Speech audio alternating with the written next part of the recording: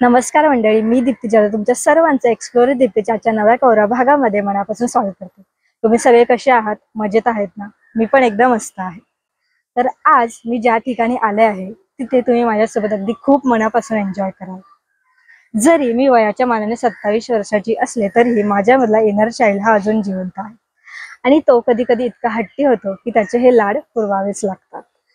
म्हणून माझ्यामधला इनर चाइल्डला खुश करण्यासाठी आज मी आली आहे आपल्या सर्वांच्या लाडक्या राणीच्या बागेमध्ये। तर चला आजच्या ह्या प्रवासाला सुरुवात करूया।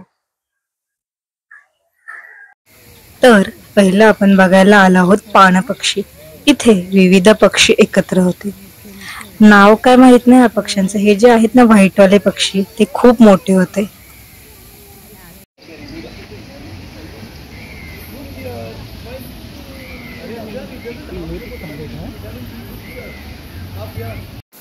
त्यानंतर आपण आलो आहोत मगरीला बघायला। खरं सांगायचं झालं तर इथल्या असलेल्या काचेमधून नीट काही दिसतच नव्हतं आणि ही वाली जी मगर बघता ना तुम्ही ती इथली सगळ्यात मोठी होती। तिला बघून अंगावर काटाच आला। नेक्स्ट आपल्याला लागतं ते कासव।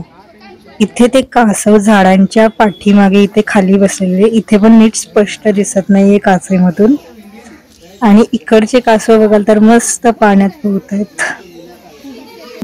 आता आपण विविध प्रकारचे पक्षी बघणार आहोत बर्ड्स पॅराडाइज मध्ये, म्हणजेच पक्ष्यांच्या नंदनवनात। इथे आपल्याला विविध प्रकारचे पोपट बघायला मिळतात। राखाडी पोपट हा पोपट माणसाची हुबेहूब नक्कल करण्यात हुशार असतात। हा पोपट खूप मोठा होता, किमान हातभर तरी हा मोठा असेल। आणि हे आहेत आपले नॉर्मल पोपटी रंगाचे पोपट।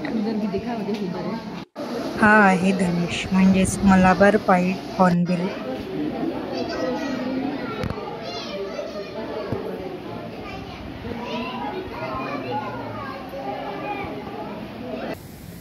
नेक्स्ट आपण चाललो आहोत राणीच्या बागेतील खास आकर्षण म्हणजेच पेंग्विन बघायला।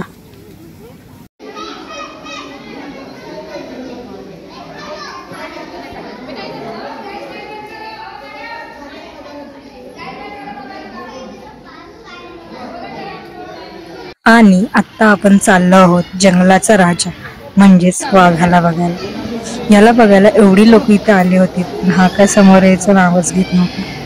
त्याच्या पुढे अस्वल बघायला मिळतो पण तोही काही समोर यायचं नाव घेत नव्हता। कंटाळले असतील विचारू, जाऊ दे। तर तुम्हाला ही माझी राणीच्या बागेतली सफर कशी वाटली हे कमेंट मधून नक्की कळवा। चॅनलवर जर का नवीन असाल तर सबस्क्राईब करायला विसरू नका। लाईक करा, शेअर करा। चला तर मग भेटू पुन्हा नवीन व्लॉग मध्ये काहीतरी नवीन एक्सप्लोर करताना। तोपर्यंत काळजी घ्या।